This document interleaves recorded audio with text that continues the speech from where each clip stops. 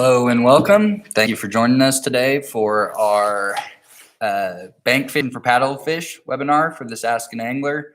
Today we're going to go over kind of your basic setup, what you're looking to use when you go paddle fishing or spoonbill fishing here in Oklahoma, and what kind of equipment you're looking to use, some area highlights for public access areas, and how you should rig up your rod to get yourself into the most success. So with that, paddlefish, which are a very unique species here in Oklahoma, we consider the northeast part of Oklahoma to be one of the primary natural reproducing paddlefish areas in the entire country. So it's an American paddlefish. There's two species, the American paddlefish and the Chinese paddlefish, which the Chinese paddlefish was thought to have grown somewhere up to 20 feet long, whereas the American paddlefish might get to lengths of maybe 7, possibly even 8 feet historically. Chinese paddlefish, to the best of anybody's knowledge, have been extirpated and are now extinct. But American paddlefish still have some native ranges here in North America. They are native to the Mississippi River drainage system. There's a good population of fish that exists in the Missouri River all the way up into the Yellowstone River in Montana. Here in the Neosho and Arkansas systems in Oklahoma, over to the east in the Ohio Valley and the Ohio River system. But right here in Oklahoma, we have some of the largest populations of fish, especially based out of Grand Lake. That's one of the bigger populations, if not the biggest population of naturally reproducing paddlefish in the world. And we're kind of coming up on that time where you can get out there and catch them. So these courses, they're meant to be conversational. Please use the chat bar at any time. Kind of have a loose agenda that I'm going to go over, but if I'm moving too fast on something or you have a question about anything, just go ahead and throw it over in the chat bar and we'll address them as they come up. That way we don't get 2 hours into this thing and you forgot what your question was. So type it in chat bar and we'll address it as we go along. So for paddlefish, they are a medium-lived fish. In the wild here, we expect to see fish live kind of in the 10 to 20 year range in the wild. They are sexually reproductive after 5, maybe 6 years. They grow pretty fast, like any large creature like a paddlefish that rely heavily on phytoplankton and other planktons to grow nutrient-rich type feed that they have. They're filter feeders, so they are very difficult to catch in the mouth. They might take a fish, they might take a dough ball, they might accidentally swim into something, but mostly they're just swimming through the water column using their big bills, their rostrums that have electrodes on them that sense that plankton in the water, and they use that to move through schools of plankton, and that's how they feed. When we've built reservoirs, they are a river dwelling fish. Like most of the southeastern part of the country, we do not have natural lakes outside of oxbows and playas. So all of our major lakes and reservoirs are dams of natural river systems. And that's where these paddlefish, they're migrating spawners. So they can sit down in a lake throughout most of the year. It's a great place for them to hang out. They can have a pretty steady food source in those, so they're able to attain pretty great sizes, and then they need running water to be able to migrate upstream to find spawning habitat. And that typically happens here in Oklahoma in the months of March and April, especially on areas where they're able to travel great distances. There are areas within the Neosho and the Arkansas system where there are dams and other natural impediments that these fish just can't get by. And so those become good hot spots for bank fishing, typically a little bit later into the year. Once we get into April, even into May. Some years when we have heavy flooding, May, June, July, getting rain, there are reports of pretty good paddle fishing below the major tailwaters all the way through the summertime. But typical peak window for their spawning run starts to occur based on water temperatures, light cycle, and rain. And if all those things can sync up, you start to see these runs occur from about mid-March all the way into middle to end of April, somewhere in that time frame. So we're coming right upon it. So What you need to look for when you're going out for paddle fishing, your average size fish in most of our bodies of water are going to run somewhere between about 30 and 50 pounds. Depending on what body of water you're fishing on, you could find a lot of fish that are over that 50-pound range, or you might find some fish that are under that range, depending on year classes. So if we had good spawning and recruitment years, these are pretty fast growing fish. Like most fish species, they grow the fastest in the first couple years of their life to avoid predation. So a fish that can grow all the way up to 7 or 8 feet is going to get to 2 or 3 feet within a couple of years. And when we have big booming spawning classes, especially off of the Neosho system out of Grand Lake, we will see fish that are in kind of that 18 to 30-inch range. They could go anywhere from a few pounds all the way up to 10 or 15 pounds. And that's typically where we see the majority of fish that size caught. Elsewhere in the state, if you get over in the Arkansas system, Keystone, Caw, you're going to have a much bigger fish. There's not nearly as many of them, but we see greater propensity for these fish to grow to large sizes. If anybody's familiar with paddlefish, Keystone Lake has been producing world record paddlefish over the course of the last few years, especially with the introduction of electronics like LiveScope, where you can sit over a fish because, like I said earlier, you're not going to catch them with using bait or lures. It's snagging. You catch them as they're moving upriver, or if you're trolling or dropping straight down below them using electronics as they make their migratory runs. So Keystone is kind of that hot spot right now for these really gigantic 100+ pound paddlefish, and they're using live scope electronics out in the lake to target these fish basically from directly overhead. So you'll see fish anywhere from 100 to 160 pounds that have been caught out of Keystone Lake. But our primary fishery in the state is going to be Grand Lake.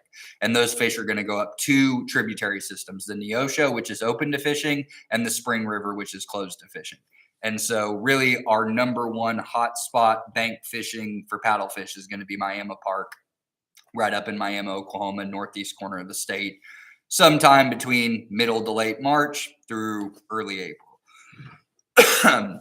But we also have several other tailwaters and areas where we have paddlefish. Being these large fish that we're snagging for, and typically in current. So if you're fishing for them from the bank, you are almost always going to be in a river system. It is going to be very difficult to fish from the bank, in the reservoir, in the lake, and find fish, because what you're essentially doing is filtering water with a treble hook and a weight, trying to come across fish. The easiest places to do that are in choke points, natural barriers, where the river condenses, you can cast across it, and you're typically looking at water that's less than 20 feet. So as you make casts, eventually you're going to run a hook across those fish's back. When you're out in the lake, it's really more about boat fishing, utilizing electronics, and locating those fish. So what you really are looking to use as a bank angler, because you are needing to swing your rod to snag these fish, as opposed to sitting on a boat where you can let line out and just troll and kind of do S curves to move that hook through the water and try to find fish that you mark on your electronics. When you're on the bank, you're pretty much casting just a little bit up current, snagging back through. You get 2, 3, maybe 4 pulls of that hook through the water before you have to reel up and cast again. In order to do so, we need to use very heavy equipment, things that you will not find at your typical big box or small local bait and tackle shops unless you're in the areas in which paddlefish are present. So what we use a lot of are what are called meat hunter rods. And they come in 1-piece and 2-piece sets. This is the bottom half of a casting 2-piece 8-footer. And an 8-foot rod is about as short of a rod as you're looking to use when you're fishing from the bank. It's not to say you can't use one of, a catfish rod that you get at the store that's a 7-foot heavy action rod. But because we are swinging our rod and trying to get that hook to go through the water, the longer the rod, the longer that swing is. And when you're trying to snag a fish, if your pull only ends up being 3 or 4 feet and you're not at the perfect depth at the perfect time, you can hit those fish with the hook. You can hit them with the weight. The longer the rod allows you to get a nice big swoop through the water. that creates tension, and then you pull weight or barbless treble hooks into the side of these fish. So I will throw the Meat Hunter website here over into the chat bar. They are a regionally local company. They are based out of Alma, Arkansas, which is just across the border on I-40, just east of Fort Smith. And as you get up into the northeastern part of the state, Nabatack Outdoors, right in Claremore, Oklahoma, is kind of your central stop if you don't have paddlefish equipment. They're a great retailer. They carry Meat Hunters and some other large surf rod products, and that's kind of where you want to start. It is not really a right out of the box cheap sport to get involved with, where you can go to Walmart or go to a local bait and tackle shop and spend 15 or 20 bucks to go paddle fishing. You're really starting off somewhere probably around $100 just to get out the door, but you really don't need to spend more than $200 to get yourself rod, reel, tackle, line. But these bigger rods are really a necessity when you're snagging large fish in current, if you have any chance of landing them without ruining your reel or breaking your rod. So Meat Hunter is a great rod to look for, but there are some other, brands of surf rods that you can find. But you're really looking for a rod that's in the 8 to 14 foot range. Really just comes down to what your comfort level for casting is, because these are big, heavy rods. We're using big hooks, big weight, big, heavy line in order to cast that. It's just really what your comfort level comes down to. And swinging a 14-inch rod is more or 14 foot, like that's going to take you some time to get used to. So starting off on the smaller end, an 8, 9, 10 foot rod until you get comfortable, and then you can size up to like a 12 or 14 footer. But that's really what you're looking for. It doesn't mean you can't do it with the 7-foot Cat Max that you got at Bass Pro or Academy or Walmart. It's just you're going to ruin that equipment pretty quickly, and you're just kind of cutting down on the amount of snagging that you can get into. So what pound test line would you suggest? So we'll get into that. So when you're fishing from the bank, it's really kind of up to you and where you're fishing. When we go paddle fishing here at the department, we like to use about a 30-pound monofilament line, but we're also fishing from the boat a lot. Even when we are casting and swinging rods, we don't troll. So we'll find fish, we'll anchor down, or we'll tie off in a boat, and then we'll cast to those fish and swing through them. And we'll use 30-pound tests because we can obviously follow those fish if we hit a really big one in the boat. But we'll talk about the different types of line that you can use, the benefits of braided line, the benefits of monofilament line, and the different types of pound tests that you can use. It's really just going to come down to the place that you choose to fish. Water levels, where they're at, that's going to play a big role, and then just what's in the water, because braided line has a lot of negatives when it comes to fishing areas that have a lot of snags or hangups, because you're just not easily able to break that hook off. So I'm going to start off with our tackle, and we'll talk about line. We've gone over the rods. The rods are very easy. The Meat Hunter, you can check those out, and that kind of puts you into the kind of the right frame of what you're looking for to get into. But aside from that, the tackle itself and then the reel that you choose to use are going to be ultimately more important than the rod itself. So with that, in Oklahoma, we use big treble hooks. This is your tackle for snagging paddlefish. No matter if you're trolling from a boat, you're fishing from the bank, you're going to be using a barbless treble hook. These are going to run, this is a size 8/0 hook. This is a size 10/0 hook, just a shade bigger. You will find brands that will make a 12/0 hook and a 14/0 hook.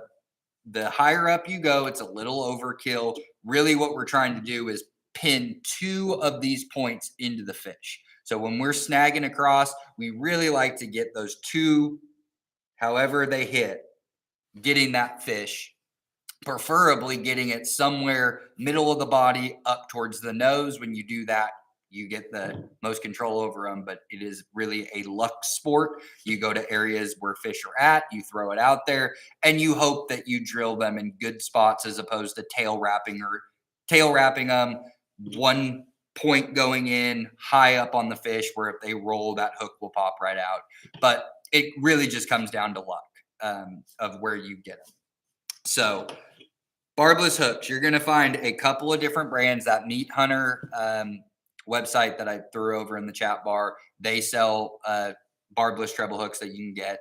If you go to a Walmart, Academy, Bass Pro, Nab Attack, local bait and tackle shops up in the northeastern part of the state, you're going to see big clear boxes, and they're going to be labeled Spoonbill King, and they're barbless treble hooks. If you were to buy a treble hook of this size that had barbs on it, you would find that you really don't have a reasonable way to pinch that barb down. You essentially have to take a file to it or weld it and get that off. So buying barbless treble hooks to start is really what you're looking to get at. We like size 8, size 10, but we favor the size 8s. That's smaller. When it goes through the water, you ultimately will end up with better penetration of those hooks when you run them across the fish's back. And then as far as weights go, because we are casting, we're not trolling, we are looking to be able to cut wind sometimes, just something that's going to throw well. And so we're using big molded casting weights, starting with a 2-ounce sinker and going all the way through 3, 4, and most of the time they have the ounce labeled on the casting weight all the way up to about 5. If you're using a 1-ounce weight or a 6-ounce weight, odds are conditions are probably not favorable for paddle fishing, of getting into fish. If you're having to throw a 6-ounce weight, that's just too much weight. You're going to end up with too many problems. So this is kind of your happy zone. When low flow of fish are stopped, especially below a natural barrier, a dam, a low water dam, anything like that, waterfalls, where they cannot get by without either more flow or that's just the end of the line and there's no water, 2-ounce weight's going to be fine. It's going to get you right down to the zone. Most of the time you're using that 3 to 4 ounce range. That's going to be kind of that happy range when we have flow. And we'll talk about that, what you're looking for when you are looking to target these fish, what you need to look for, what water level should be at, and such. But the main thing is how you actually rig these things up, because the whole point of this is throwing a hook out that's got nothing on it except for a weight and trying to troll or drag this through the water and run it in to the side or the back of a fish and get penetration.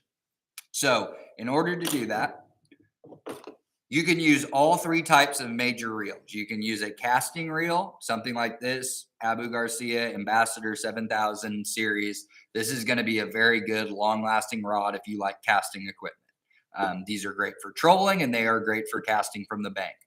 You can use a spinning reel, something like this. The big brands that you're going to find at retail stores that are going to service you well are going to be something like a Penn or an Okuma. This is a Penn spin fisher. This is a really nice reel.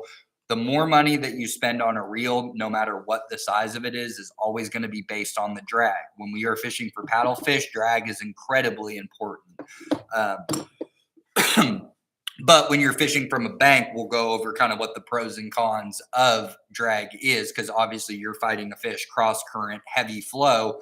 Sometimes it makes sense to use heavier line, lock that drag down a little bit, or else they're going to take all that line off of your reel and go straight down river. You can also use big spin casting equipment. The buttons, this is a Zebco 888. It's going to come pre-spooled with something between 17 and 30 pound test, depending on where you buy them from. You can also take them apart and put your own line on it.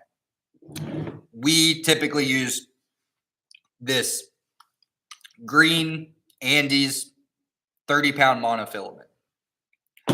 High vis, easy to see, easy to cast, but it's more prominent when you're utilizing a boat. 30-pound test, sometimes in heavy flow, you hit a 70-pound fish.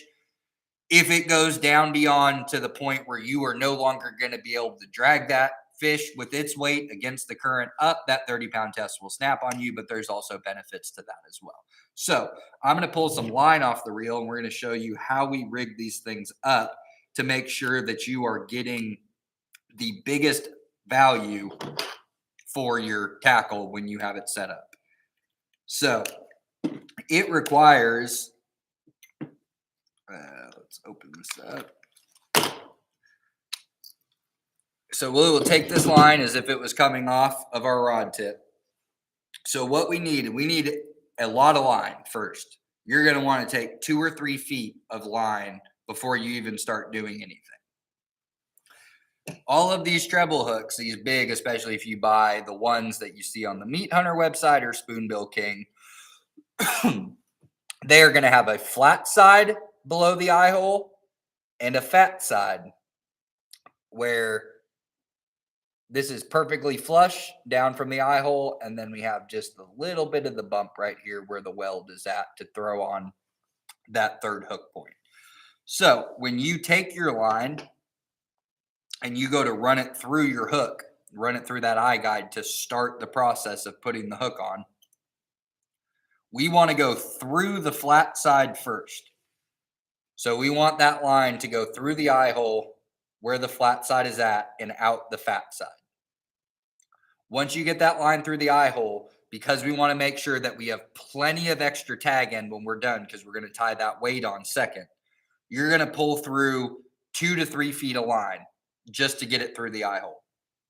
So once we get through that, what we need to do is we need to wrap it around each hook point before we begin to do our knot.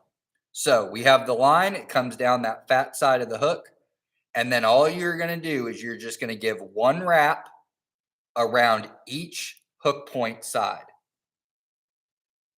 And once you've completed that, we are going to wrap it up the main shank of the hook. And we're going to wrap it around it 10 times. Make sure that you're not overlapping, so you're moving up the hook with each one. And then once we get to that point, what I like to do, this is fine just the way it is. You have your line and it's wrapped up. But to make sure that I'm nice and snug and secure and there's no movement, before I go to the next step, I will take that line and I will suck it all down together towards the very base of the hook. So we end up with a nice, clean wrap like that down at the bottom. Then what we need to do with our excess tag, you'll straighten that back out. You will find the end of the tag line. And we will take that tag line, and now we are going to go back through on the fat side so that our line comes out on the flat side of the hook. Pull all the excess line through so you're nice and tight up against the hook. And it's going to look like this at this point. We're wrapped around all 3 points of our hook. We've got 10 wraps around the main shank, and now our line is coming back out through that flat side. So once we have got back through, again, go all the way until you get to the end of your tag line. And on that flat side, you will see that kind of opening that starts about right here. That darker spot, that's a gap that's in there. So we are going to go right down with our tag end down that flat side, and we're going to run our line on the inside of what we wrapped. So that's why it's important to me to be able to pull that all the way down so that it's not running up here. So when you go to put your line through, there's that opening in there, and you can slide that right through nice and easy so it's not fighting you. We only have one little piece up here. That's pretty easy to get through. And then once we're through that, it'll slide right down that crack line all the way through. And make sure that when it pops out on the bottom, that it's not missing anything. It's gone through all of those rows. And then you will simply just pull and pull and pull. And this gets kind of messy. So you just have to work to make sure that you're not getting tangled up like this. I probably took a little bit too much. And tagline, pull that back out real quick. And this is when you're using monofilament's really going to try to work against you, especially the heavier that the line gets. So I'm going to cut some of this so it doesn't bundle up like that. And then we'll go right back through and then we'll tie that weight on. With braided line, it's not going to fight you nearly as much. It'll sit kind of flat on that, but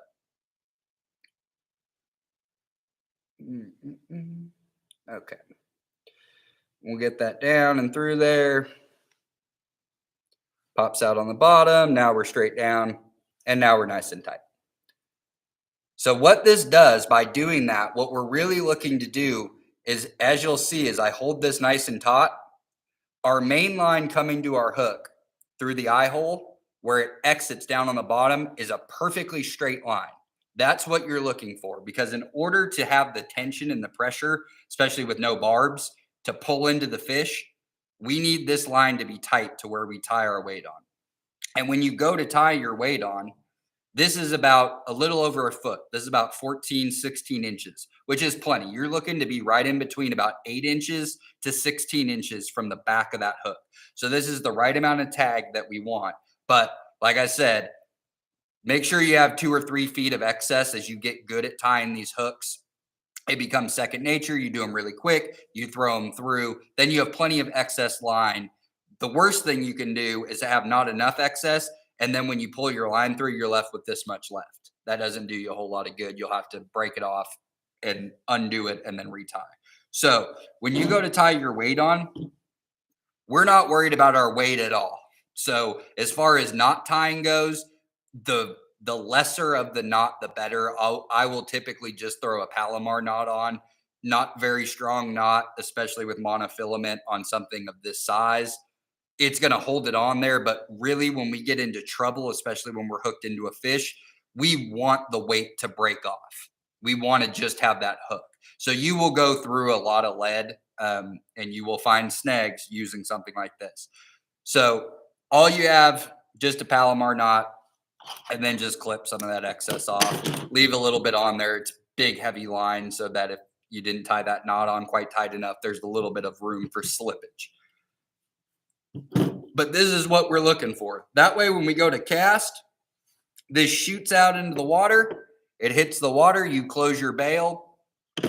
And then what we are doing with our rod, so with these meat hunter rods, especially if you buy them in person, they sell casting rods and they sell spin rods. The only difference, like with any casting or spin, is going to be the size of the eye guides. So with spinning equipment, the lower eye guides on the rod are typically a lot larger because it allows that line to spin as it goes out. Because we are using such heavy equipment, that's kind of irrelevant. So I like to use spinning reels on casting meat hunter rods because where you attach the rod on a typical casting rod down here at the base, you would have some type of abutment on the backside that gives you that ability to hold for your fingers. So when you go to cast, you have that nice little notch back here where you can hold on to it. And with spinning equipment, you typically don't have that. Well, with these big meat hunters or big surf rods, your casting rods also don't have that. And with these smaller eye guides, because we're using such heavy equipment, if you have to travel, especially with the bigger ones, I like the 2-footers or the 2-piecers.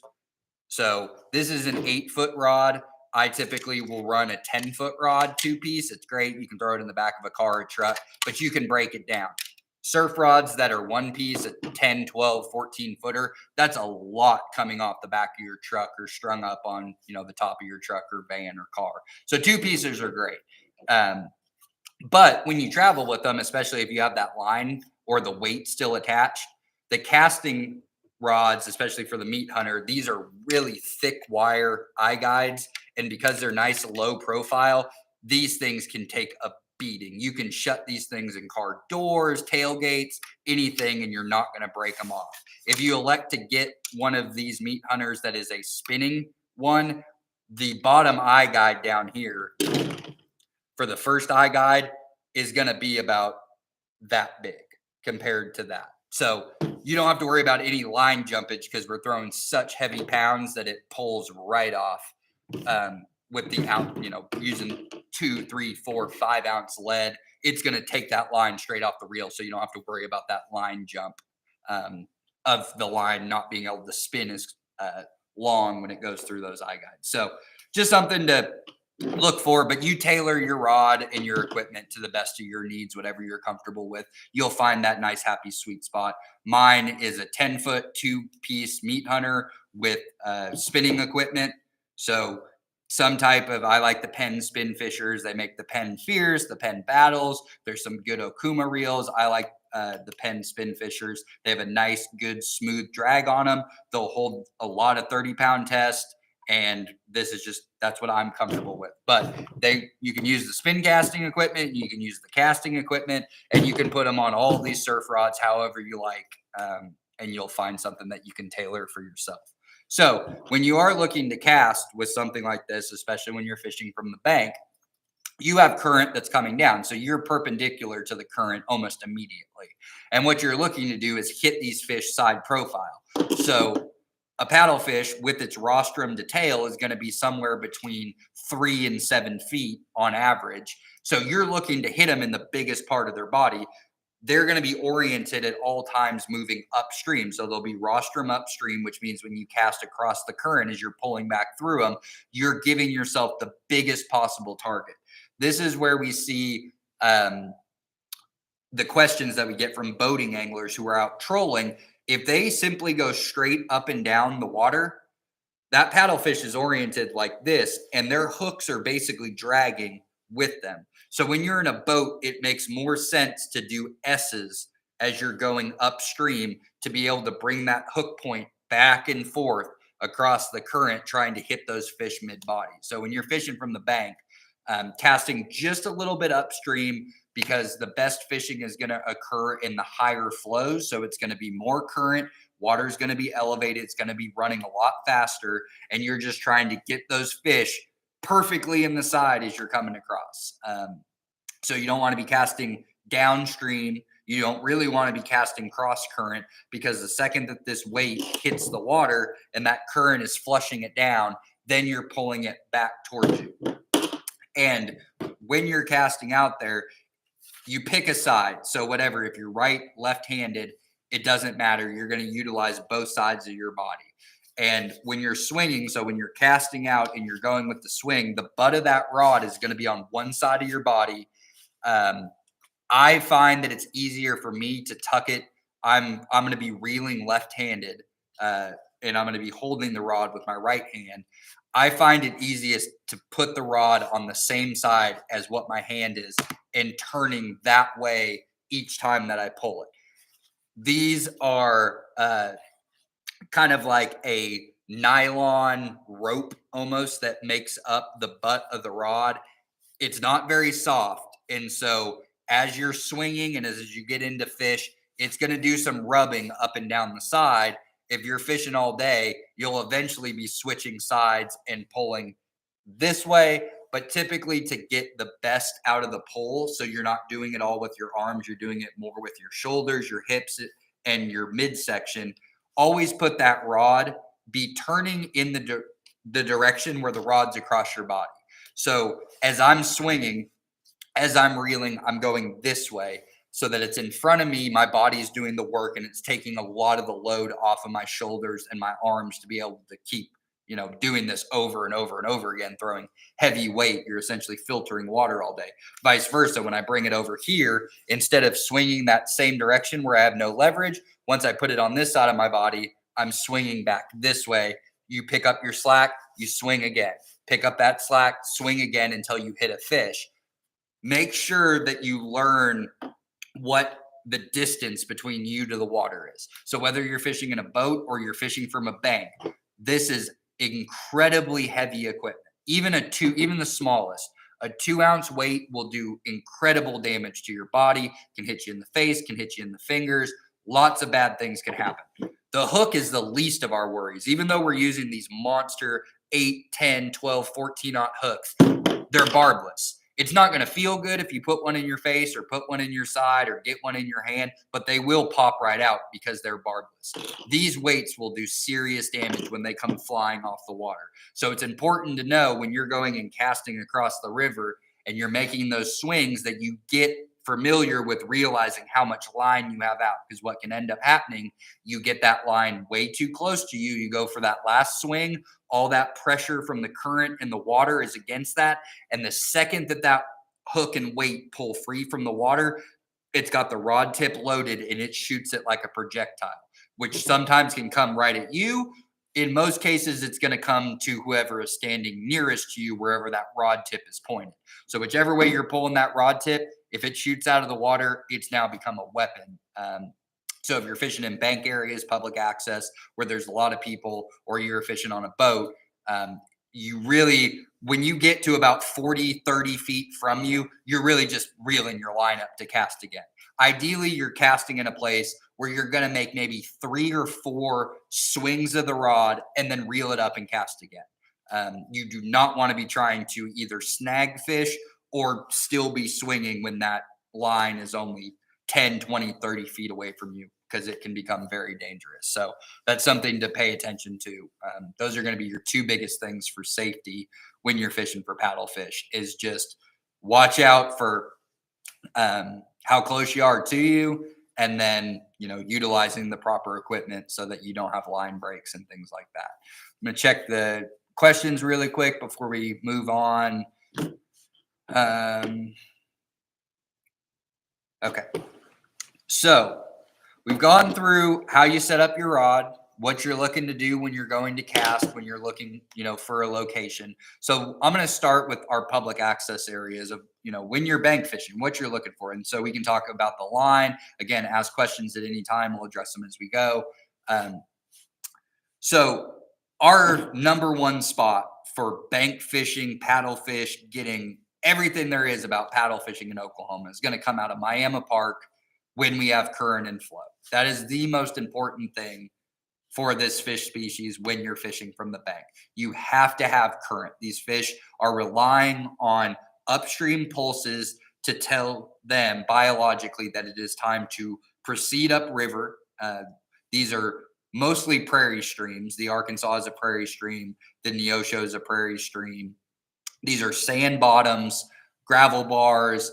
They are not like our Ozark streams on the far eastern part of the state where they're cobble bottom and things like that. So you're dealing with a lot of riffle sections that come in on these sandbars that fish can get landlocked very quickly. So they're using all their biological instincts to sense that pulse.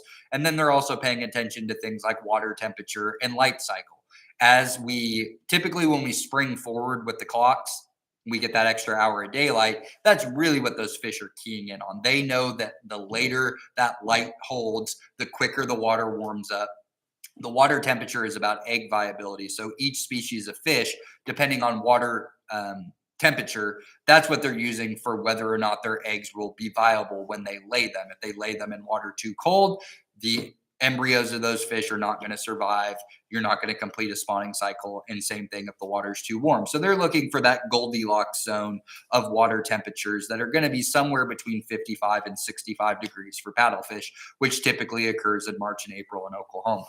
And they also need that flow because they're a migratory fish. So they need that moving current to be able to get upstream to areas that have gravel bars where they're looking to lay those eggs. And they're going to go as far upstream until they find suitable spawning habitat or there's a natural impediment. But when there's not natural impediments, the only impediment is water flow. So they're looking for current to come down.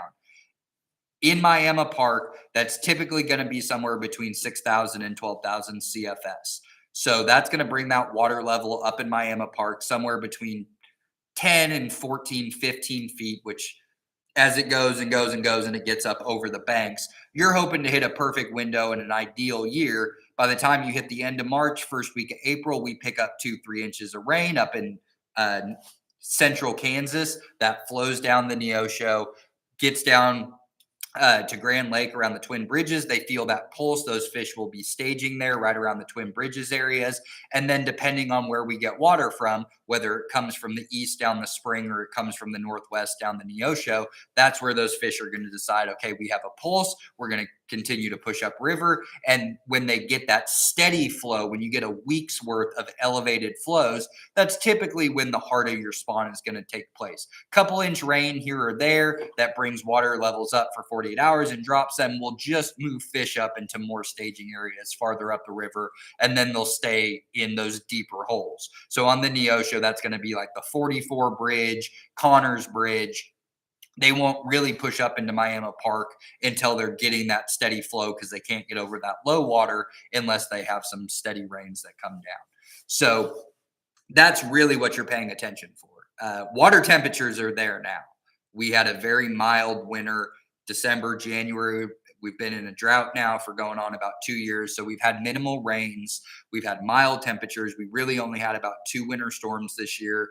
And even those were not that harsh when it came to low overnight lows. And that's really what drives spring fishing. So no matter what you're targeting when you're looking for water temperatures, doesn't have as much to do with those daytime highs. If you're hitting 75 degrees, but the overnight low is still in the low 40s, low 30s, you might see some activity from some fish, especially your largemouth bass, crappie, white bass, things like that, towards the end of the day. Late evening, water temps, you've had 75 degrees, 80 degrees all day long. It warms up those wind-blown sides, typically on the north end of the water body, and you'll see some activity. With paddlefish, they're looking for flow and those water temps, and those water temps are pretty much there now. So we're really just waiting for rain on this point. And when that happens, you can have an earlier run. That can happen, middle of March.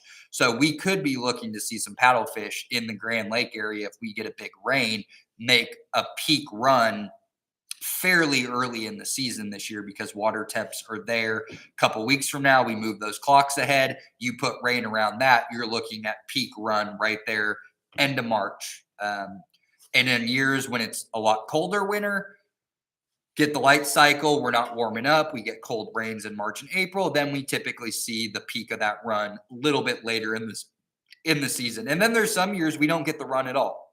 They are a migratory fish. So if you have no flow, those fish will either reabsorb those eggs if they didn't make the run, or they'll go up very short distances up the spring, up the Neosho, try to lay eggs, call it good, call it a year.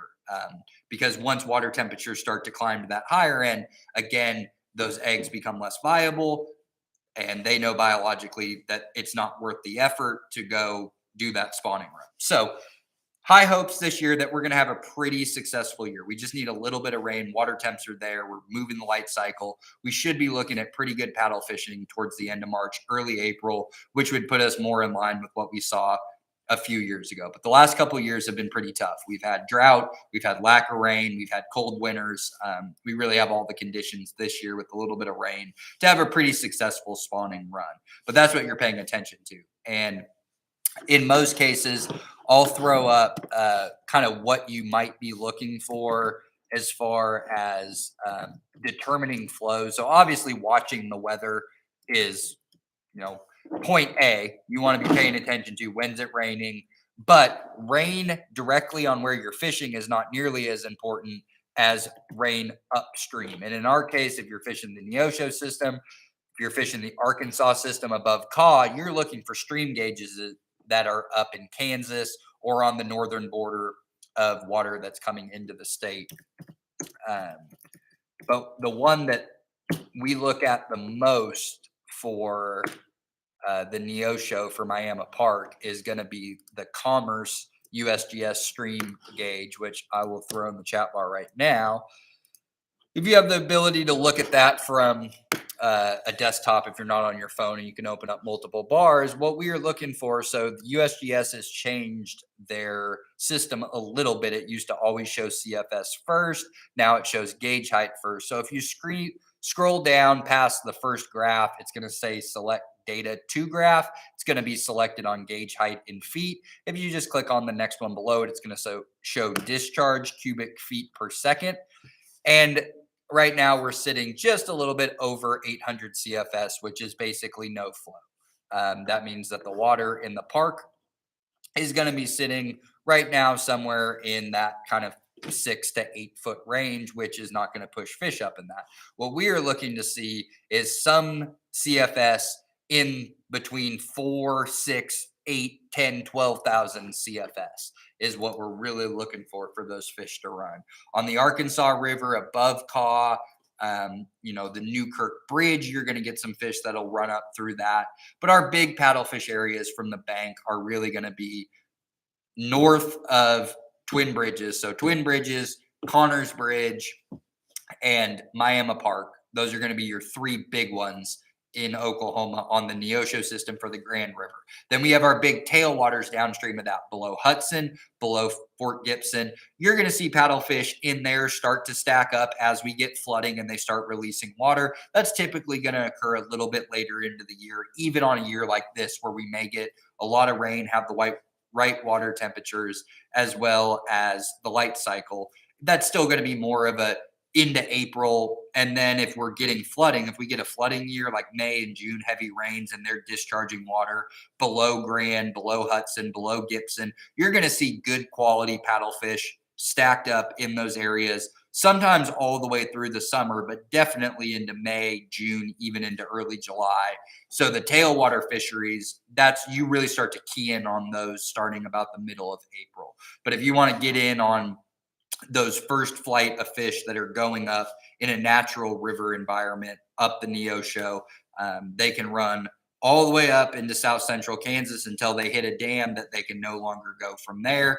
You're looking at, a pretty substantive river miles that go up. And that's going to occur really that first good water temps above 55 degrees and moderate rainfall CFS above 4, 5, 6,000. You're going to see a bunch of fish move through that region. But that's really what you're looking for as far as when it's time to go paddle fishing.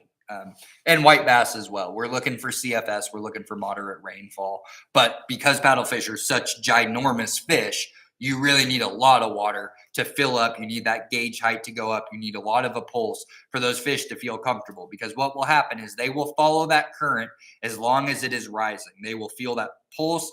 Their biologics are going to allow them to feel all of those senses. So they know when the water is stable. They know when it's rising. They also know when it's falling. So the second that we've hit crest of that rainfall and the water that's moving in, the second that water starts to drop, those fish have either made their spawning run at that point and they are now going to retreat back to the lake, or fish have not completed their spawning cycle. They are going to fall back to deep holes where they know that as water falls, they are safe in those locations. They will stay in those locations until water rises again, unless we don't get any more water, in which case the water will continue to fall, continue to fall, continue to fall, and they will follow that retreating water back down towards areas where they know they're not going to get stranded, because the farther upstream they move, that's water that's typically 2, 3, 4 feet deep with no flow.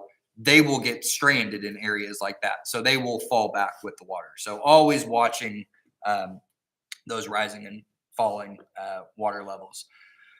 When you keep one, you're done snagging for the day. If you keep your 2 for the year, can you still fish and release after that day, or are you done for the year? So after you've got your 2 fish for the year, you are allowed to continue to catch and release fish. It's just a 2 limit. When we fish using barbless hooks, hook mortality on paddlefish is fairly low compared to some other species when you hook them in the mouth or if they swallow the hook. So they're able to withstand taking these barbless hooks without much mortality. So you are allowed to continue fishing throughout the course of the year, even if you've kept your 2 fish for the year. So kind of getting close to about halfway through, I'm just going to start talking about kind of your public access areas. We've gone through what tackle that you're looking for at this point, which is going to be 8-aught and 10-aught hooks. Treble, barbless, spoonbill king is more than likely what you're going to find in store. If you go online, you might find some other brands that will sell those 8, 10, 12, 14-aught hooks that are barbless. But what you'll find in Oklahoma in our retail stores is probably going to just be spoonbill king packaging, clear plastic, white label, red and black text, spoonbill king. You'll see something like that. Weights, casting weights, big solid pieces of lead, 2 to 5 ounces. rods, 8-foot rods up to 14-foot rods. If you travel, if you're not close to home, if you're needing to go somewhere, looking for a 2-piece rod is probably going to be more efficient for you. You can throw it in the back of the car, break it down. You don't want 14 feet of a rod hanging off the back of, a small SUV or a truck. If you don't have to, it's different if you're just driving a few miles down the road to go to the river. So if you have to travel long distances, looking for 2-piece rods. When it comes to your reels, you're looking for things, when it comes to casting reels, somewhere in that 6,500, 7,000, 8,000 class. Spin casting equipment, Zebco's 888s, that's about as big as you're going to get. That's what you're looking for. Or a spinning equipment, 6,500, 7,500, 8,500.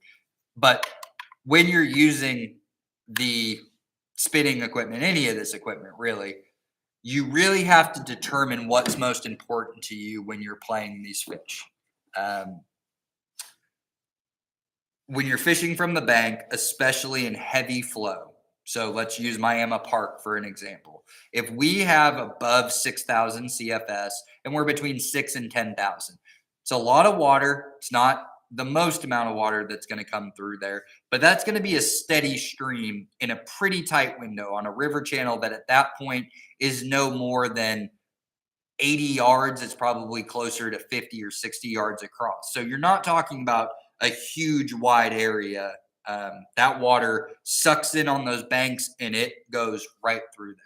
So not only are we looking at using 3, 4, 5 ounce weights, running that through the water, trying not to get snagged on anything other than fish. Once we actually hit that fish, now we're looking at an area that, depending on where you're fishing in the park, if you're down towards the end, the southern end of the park, you don't have a whole lot of room to play that fish. So if that fish decides that it's going to turn and go downstream on you, you really need a good drag to be able to keep the line from popping to begin with. But at some point, you're going to have to stop that fish. And then you're going to have to bring it back towards you. The rod is going to, take away a lot of those problems using these big surf rods. You have enough rod to be able to hold on to the fish. But then it really comes down to line. Monofilament line is great, 30 pounds, 40 pounds, 50 pounds, because you can snap a fish off. You can also snap snags off. This is where it really comes into your personal preference, what you're willing to deal with when you're on the water, where you're fishing at, and what the environment is like. When the fish run is on in Miami Park, you might be fishing with 200 people, which means you're almost shoulder to shoulder, which means when a fish is hooked up, if it is big enough and the flow it's going to run down. So now you're looking at having to run down the bank with this fish, which is getting through other anglers who most of the time, if they're not hooked up, will reel up and allow you to kind of get down to the end so that they can continue fishing and you can fight that fish down towards the end of either side of the park. But 30-pound test on a 60, 70, 80-pound fish in 8,000, 10,000, 12,000 CFS, the odds of you landing that fish by yourself with one hook in it are already pretty slim. If you're using a monofilament line, they increase greatly if you're using braided line.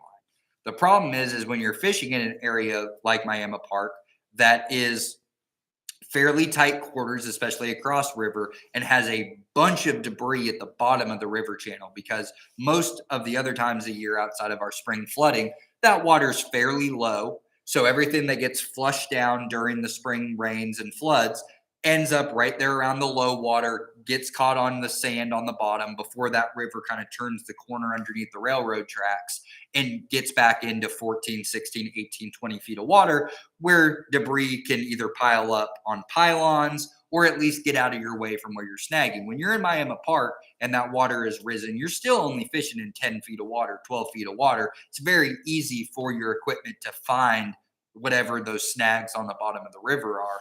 And if you are using braided line, you're going to have to cut your line. You're not going to be able to pop the knot if you're using 80-pound braid, 60, 50-pound braid, 100-pound braid. When you use monofilament or fluorocarbon line, you're going to be able to pop the knot, which means when you get snagged, more than likely, your weight got tangled up around something, because we're using barbless hooks, so they're not drilling into anything. They might get hung on a branch or a twig, but more than likely that little bit of line that's behind your hook, especially the longer, that's why we want to try to keep our weight within 8 to 12 inches of the back of our hook. If we get 16, 24 inches back behind, this thing is in the water. So it's fine when you're connected to it. When you're casting out and you're making that swing, you have contact with the entire setup. So it's swinging through the water like this. But in those moments of pause, that hook doesn't weigh that much. The current takes it, but that weight falls like that. So this is very easy, the more tag end you have to your weight, to get wrapped around things. So hopefully with that monofilament, you're able to just pop that knot right there. You retrieve your hook in still, then you tie on another weight if you still have enough tag end to make it make sense, or you go ahead and clip it off and then retie, but you're leaving no equipment in the water. When you use braided line and you're fishing in areas that are heavily fished and you have to cut that line at the tip of your rod, you're now leaving anywhere between 10, 20, 30, 40, 50 yards of line out. That line is still attached to whatever you snagged on. So what happens is you throw back out there, you're snagging through the water, you end up catching that braided line and get hung up on that braided line that's attached to something else.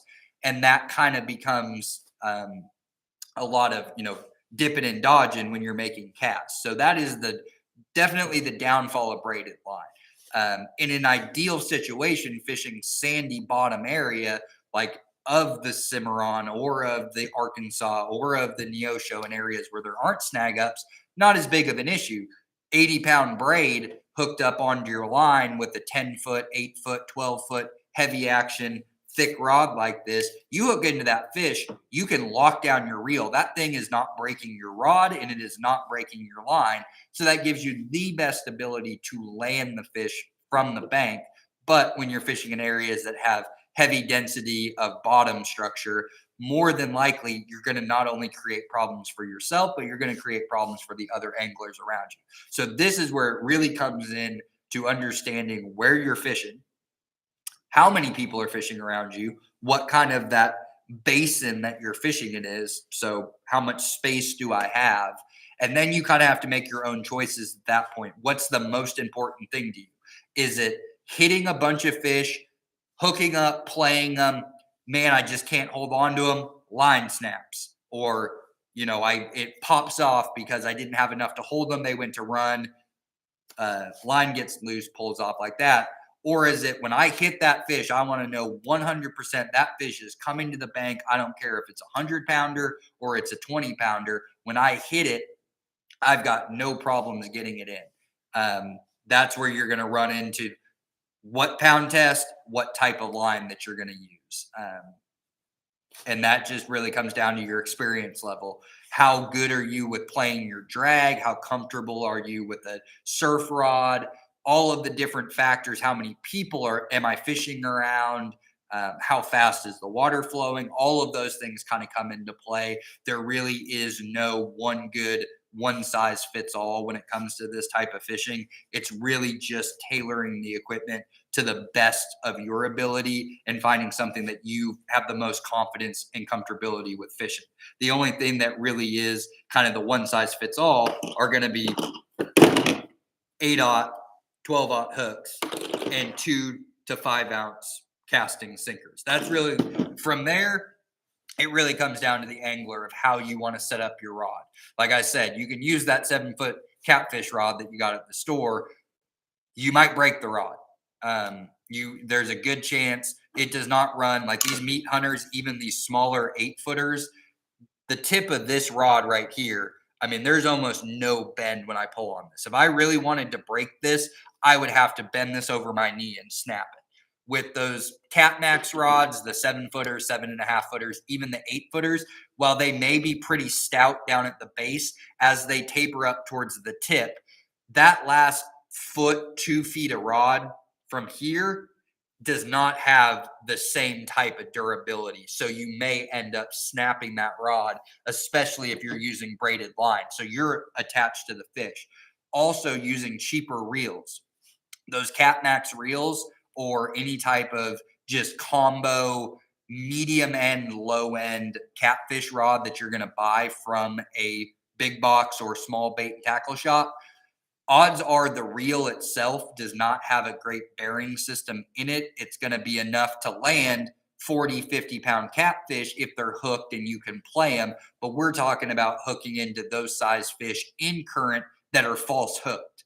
The one thing to really pay attention to is when you fish, when you hook a fish in the mouth, you have ultimate control of that fish at that point. They're going to make runs. They're going to do their best to shake you, but you have control of basically their central nervous system. So you can turn them, you can move them. When you are snagging fish, it really comes down to where did you snag them at. The closer you get them to the front of the body, up by the nose, the more control you're going to have of that fish as they turn to run. The farther back on the fish. And not only that, when you hook a fish in the mouth, when you can turn them to reel them in, that line in that fish's mouth where they're using to kind of guide how strong they are in the water, you can turn that towards you to reel them in. When you hit a 6-foot long fish in the side of the body, not only are you pulling in a 60-pound fish across current, you've added double that weight because you're pulling the fish sideways through the water, which adds all of that water resistance, which is exponentially heavier, depending on flow and size of fish. So that's going to vary throughout every fishing experience you have, just depending on flow and the size of fish you hit. So having drag systems set on a more expensive reel, something like a Penn Spin Fisher, which is going to run somewhere in the mid 100s to $200 reel, what you are paying for is the drag. So when you hook into really big fish and they go to run, this drag is set down pretty tight, but it pulls off nice and smooth. There's it doesn't jump. It's not skipping. So you're able to hold on to fish with lighter line, like a 30-pound test, and fight them a lot longer. You use the cheaper reels that are still big. They have the same amount of spool. You can put that big, heavy line on them. You can use them on a heavy rod.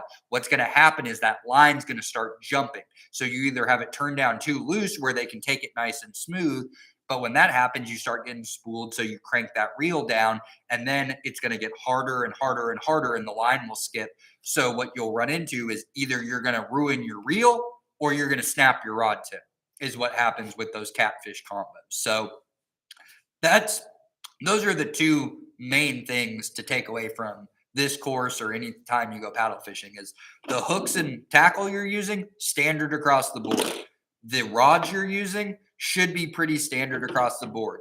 Big, thick surf rods, 8 foot to all the way up to 14, 15. Sometimes people even use a 16-foot rod. But then when you get to your reels, you really get what you pay for, and that's going to kind of determine a lot of what kind of line you're going to put on. Because if you put 80-pound braided line onto a Cat Max reel and rod, you're going to hook a fish. You might even land the fish, but there is a high probability that you are going to break your reel or break your rod on the first fish that you hook up. So that's really the only thing to pay attention to. So now as we move into the second hour, I'm just going to talk about different locations, good public access areas to look for to go fishing. Paddlefish being a river run fish, Oklahoma, we don't have a ton of access to our rivers.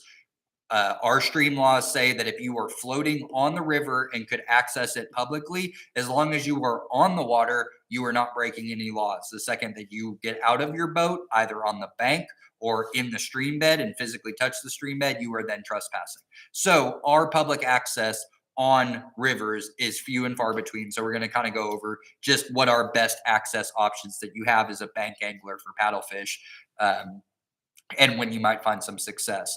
So I'm going to look back over at the chat bar really quick to see if there's any questions. Would it be worth trying the Red River? So there are some paddlefish in the Red River. There has been introduction of paddlefish, but as far as if you were going to go bank fishing somewhere to go paddle fishing, the Red River would not be one of those that, comes to mind.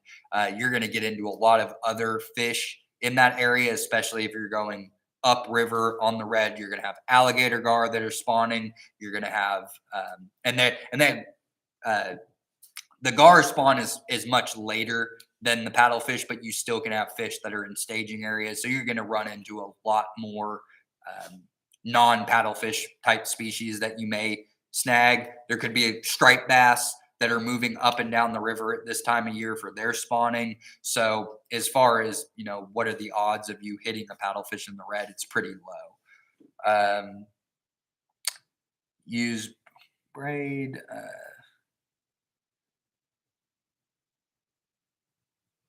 Okay. So again, we're in the last hour. You have any questions about any of this, please throw them over in the chat bar. So like I've been mentioning, I've been using it as an example throughout this course. Miami Park really is kind of that, it's the paddle fishing capital of the world. You want to get in when the fish are good. That first rain that we get, when we bump up, we hit that 6, 8, 10,000 CFS here in the next few weeks. If we can get that big week-long complex of storms as we get into the spring that move through northern, eastern Oklahoma, south central, southeastern Kansas. When we get that, and it will come, it's just a matter of, is it 2 weeks from now? Is it a month from now? Is it 6 weeks from now? When we get to the beginning of March, we look at our water temperatures, and our water temperatures right now, they're good. They're very close for any type of rainfall that comes to really push fish up. So some years we're getting the water, but we're not warm enough yet, or we don't have the light cycle. So fishing can be spotty, but all of our factors right now are really good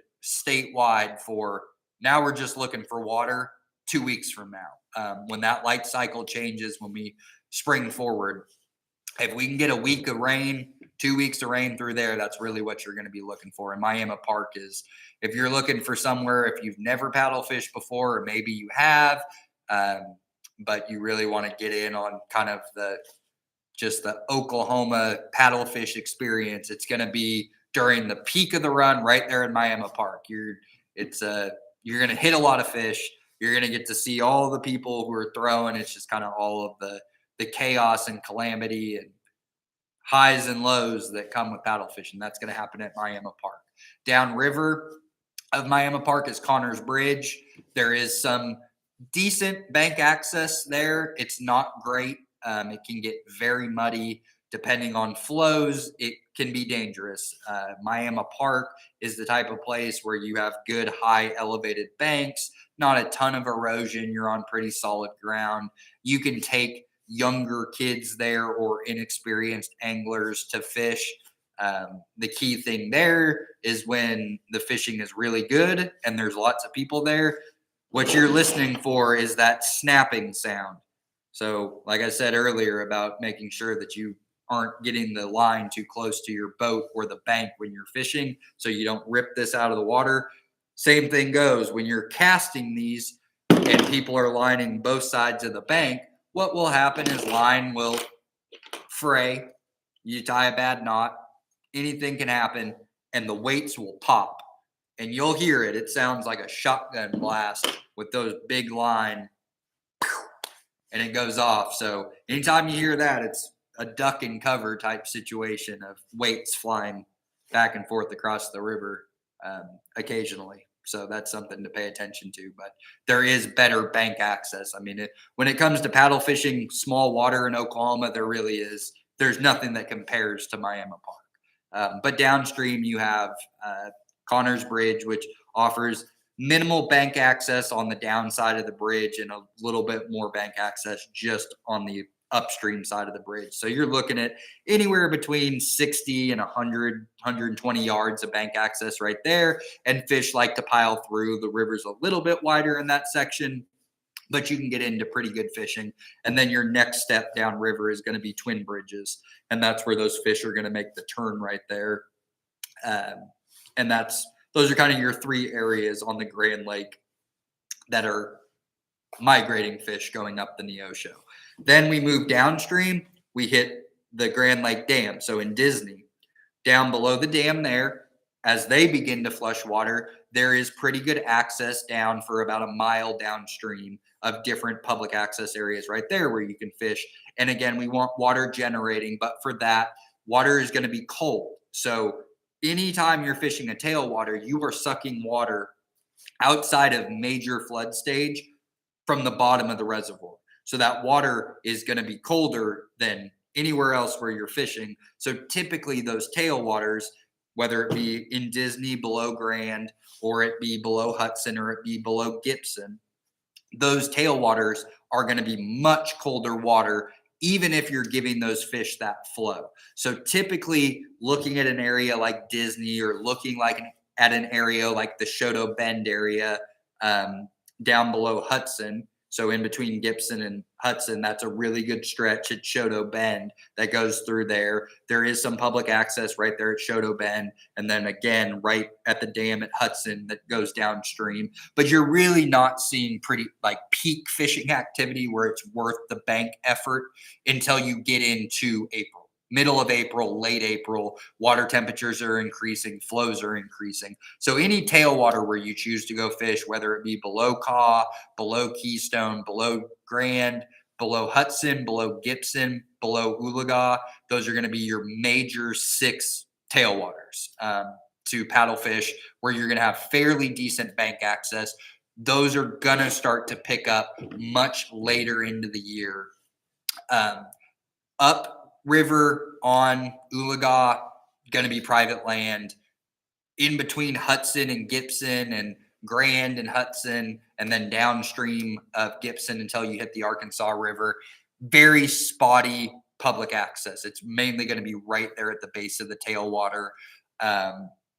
Below Eufaula, again, there's some tailwater restrictions on that, where snagging is not allowed within the first 1,000 feet of the dam. So you have to move downstream. It is possible to get to those locations from the bank walking, but typically not at super peak high flow.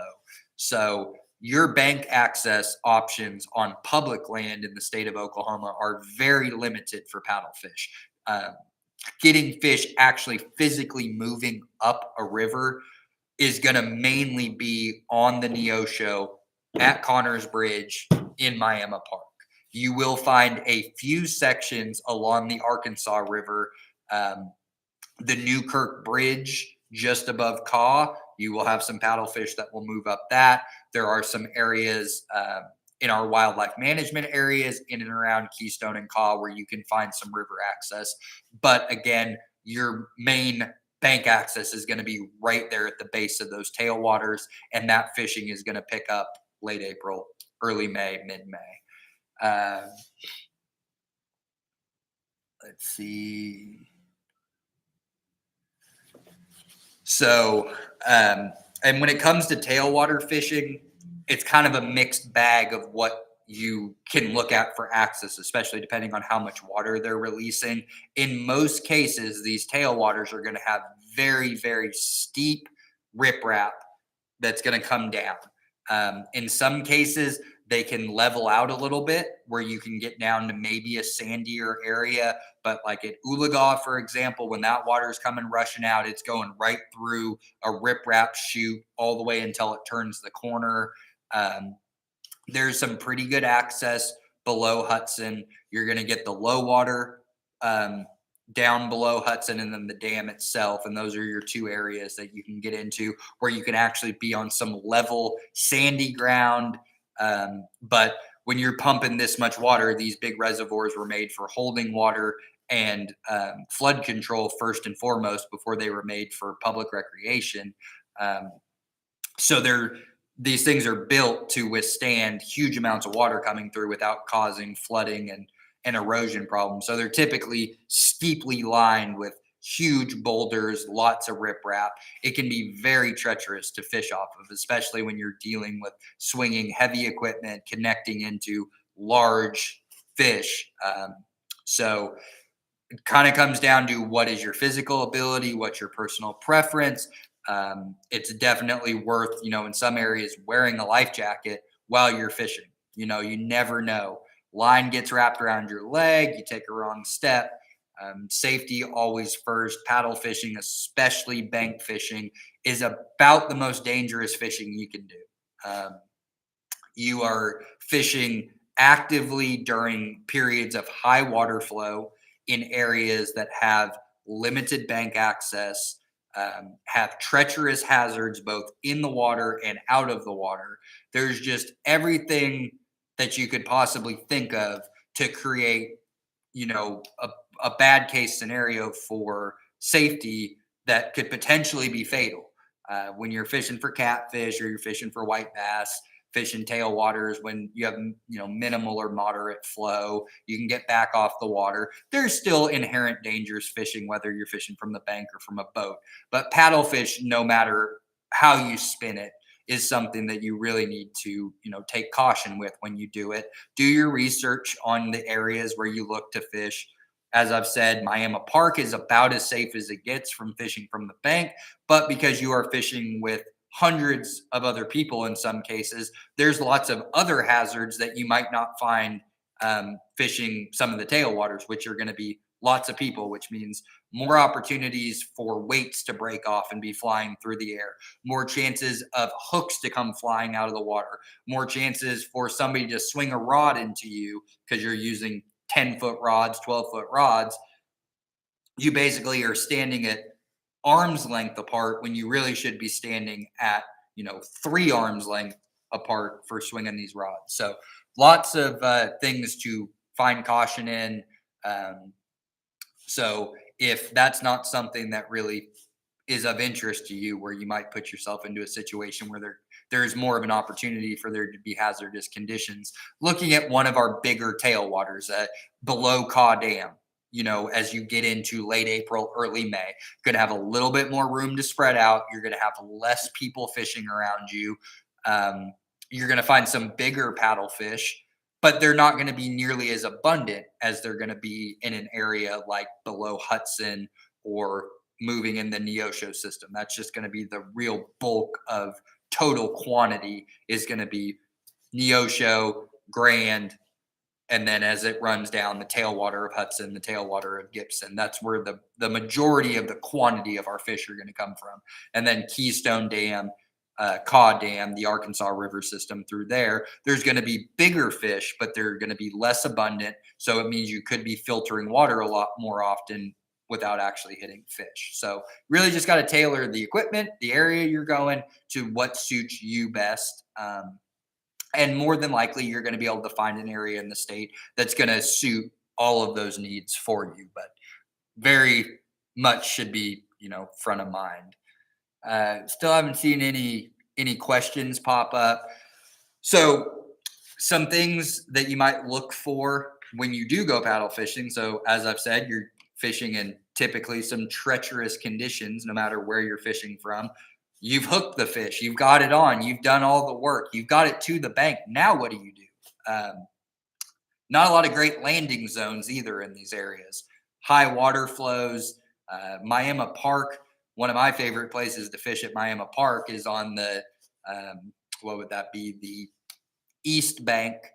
There's a boat ramp that goes down. And when you get to night, so paddlefish are, because you're not trying to catch them in the mouth, they're fishing in the morning, fishing in the evening, fishing middle of the day, fishing middle of the night. None of that is really relevant. It's all about water flow.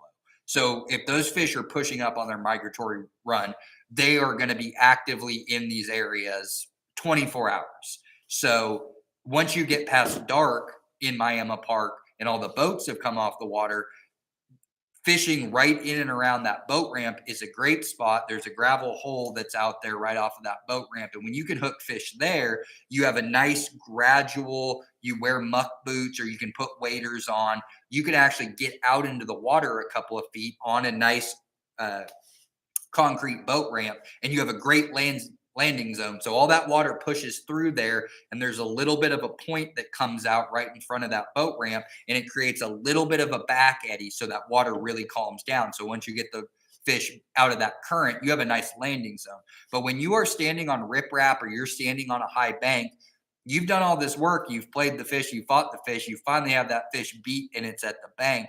Now, not only do we have more dangerous situations of trying to get the fish out of the water, you can't just go gaff a fish, because unless you plan on keeping it, you cannot put a gaff in that fish. So your way to get it out of the water, people have come up with lots of different ingenious ways.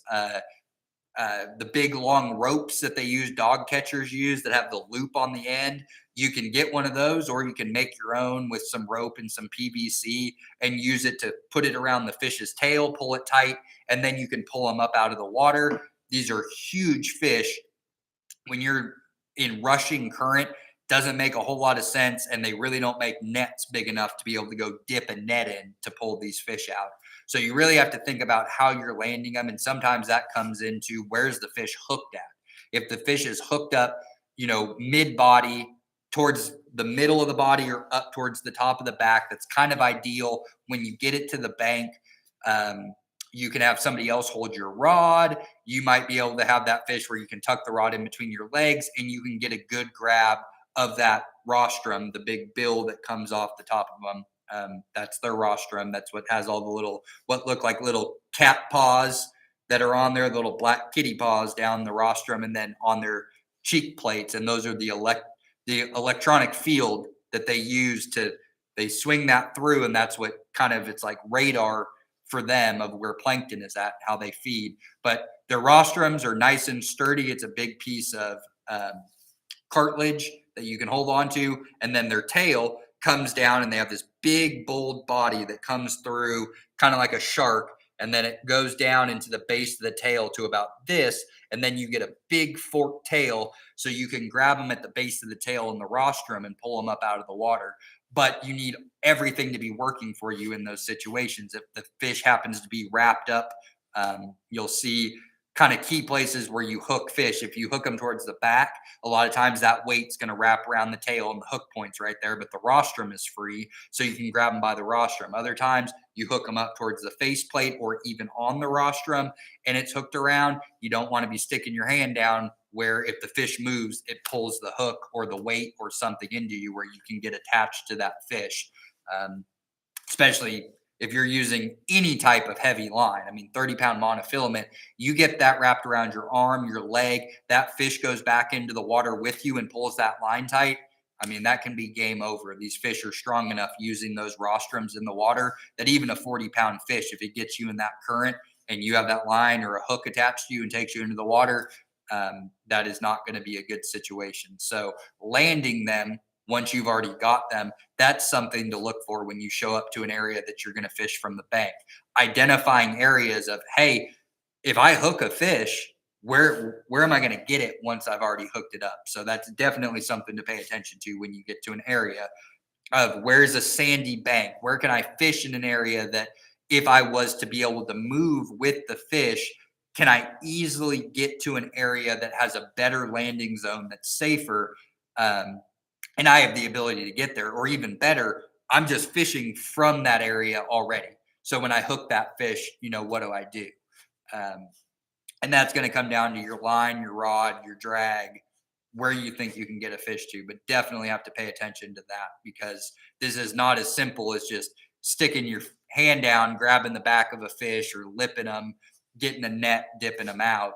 Most of these fish are going to exceed any type of, what a net that you would have or anything like that. So you really got to get creative of how you land them. And I like the tail grabbers. Those are great. So if you can get a hold of one of those or make one on your own, that really is the best way to do it. Because then you have full control of the fish. It's hooked around the tail, nice and tight. You can set your equipment down. You can get a good, nice set. And then you can pull that fish either straight to you or walk it down the bank and get it to an area that's safer to land. If you plan on, I want to go out and the first paddlefish I catch, I'm going to keep, then you may bring a gaff with you. You can stick that fish right behind where their gill plates are at. It's going to be the best place is just hook them right in those cheek patches and then pull them out. But at that point, you're done fishing for the day if you choose to keep that fish. We've changed our rules this year on our catch and release days of what we have and what we don't. So make sure that you're familiar with our fishing regulations before you go out. There have been some changes that have been made to the paddlefish regulations in the last couple of years. Still don't see any more questions. We're about a half an hour to go. I've kind of gone through everything. If anybody's hopped on here later, has any questions, put them into the chat bar, and we'll kind of hang out here for the next few minutes and see if anything comes up. But this is because we don't have a lot of equipment or not a lot of public access. This isn't a full 2 hour course of information to give, but those are kind of my key takeaways from this. Is your rod and reel are, first and foremost of what you can use and what you're going to get at a retailer, especially if it's not up in the northeastern part of the state. You probably aren't going to have access to those surf rods. So buying something online, or as you drive up to the northeast to go on a paddlefish trip, stopping off in Claremore and Navitac kind of puts you right in the sweet spot.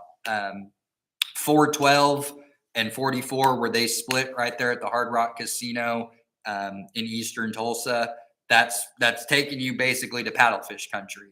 You're going to go up I-44 up into the Grand Lake system. You're going to take 40 or 412 east into the Gibson Hudson range. And then from Claremore, you're going up north into Oologah. And that's really kind of our key paddle fishing area, except for Keystone and Caw. And you may find some paddlefish equipment up in like Ponca City and the Walmart or bait and tackle stores. You may find some equipment there. But Navitac is a great big wholesale retailer that is going to have all your needs if you don't have the equipment, but you'd like to physically go into a store, talk to somebody, see the equipment.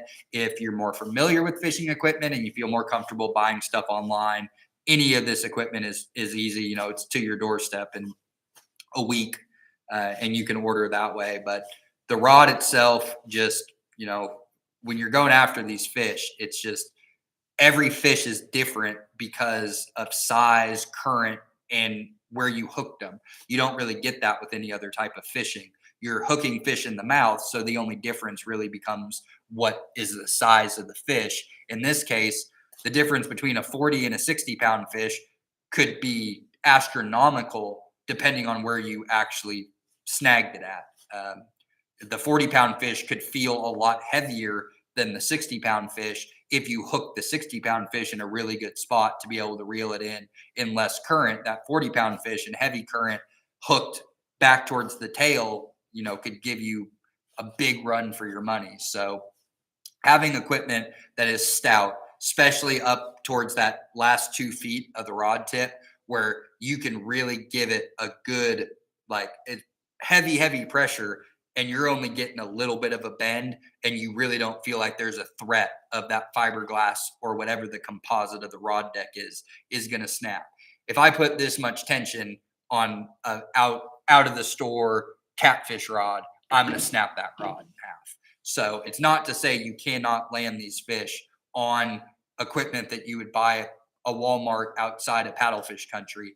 It's just far less likely, and it can lead to injury. You never want to snap a rod, especially heavy rods when you're fishing.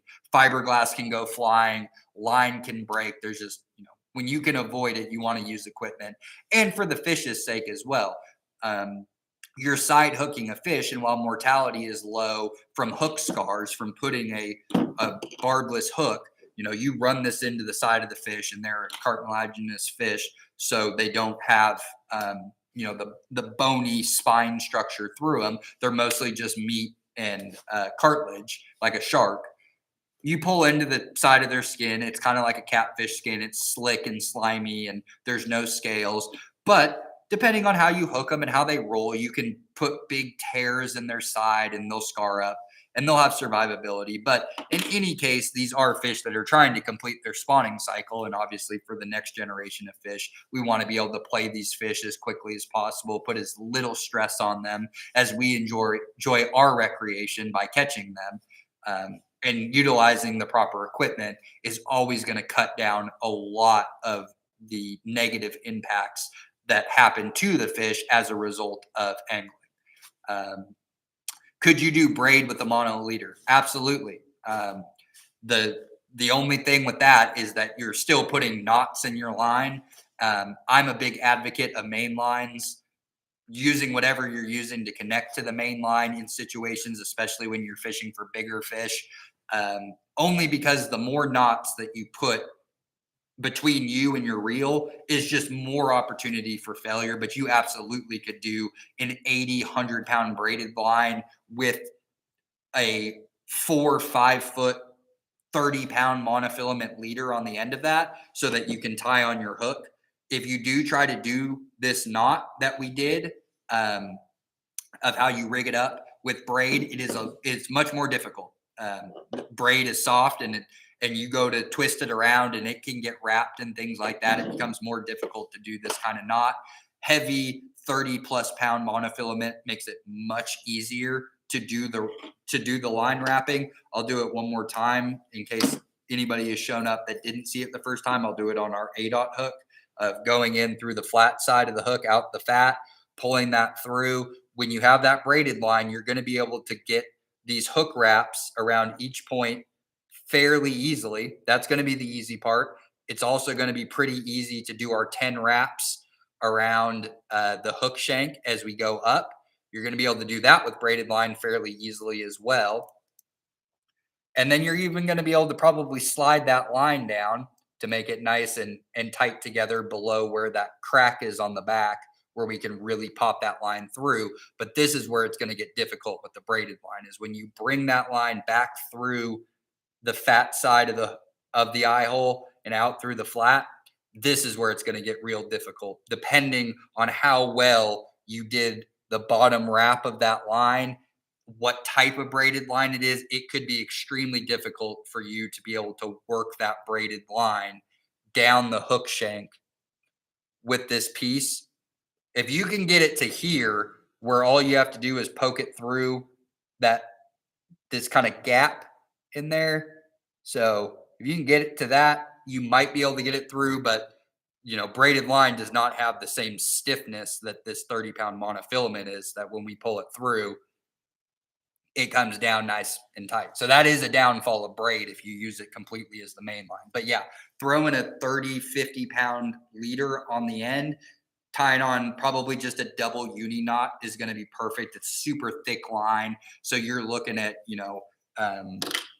only doing, let's pull up 2 pieces of line here, and we'll just do a double uni if anybody's curious about how to tie a leader on. So let's say that this was our braided line, and then we had our section of 4 or 5 feet of our monofilament or fluorocarbon leader line. Probably go with monofilament, not fluorocarbon, mainly because fluorocarbon, it's going to be really expensive, the higher pound test, and because fluorocarbon has a propensity for getting nicked with rocks and sticks and things like that. Really heavy monofilament, it's just going to hold up better. So 30 or 50-pound monofilament leader attached to probably at least 50+ pound braid, but probably starting with about 80-pound braid. You do that, and you're just going to do a double uni knot, which is taking that main line. So let's just pretend that this high vis 30-pound mono is our 80-pound braided line, and the other line would be our mono. And you just run those 2 pieces of line parallel with each other, making sure you have enough. But because it's so heavy, we really don't need a whole lot of wraps. We're probably only looking at maybe you probably get away with doing 3 wraps, but at least up to 5. So you just run those lines past each other and then pick an end. Make sure that it's a little difficult with this heavy of mono just because it wants to fight me with the memory. But make sure that they're parallel, they're not crossing each other. And then we will when I do these loops, I like to start with my leader line to do the first part, just so I have it on my line, and then my main line can hang free. Again, this is probably going to be a little wonky just because of all the memory that's on here. But you would take that leader line, so this piece right here that's parallel, we want to pull it through, and we want to make a loop away from our line. So just make a loop in your finger first with it. And then we're going to suck that up where we have it pinched like that up against our main line. But again, we're not crossing it. So that loop is just free on the back side of that line. And you want to make sure that you do the loop. I'm going to get some more line so we can do this. Make sure you have enough tag end. But when you do the loop of your leader on both ends, really, when you tie it, make sure you make a big loop. You want to have plenty of line. So we make a big circle, but you also have to make sure that when you make that circle, so for our first one that we're doing that's going back up the main line, that your circle, your tag end is pointed back up the main line, because then we're going to wrap it. This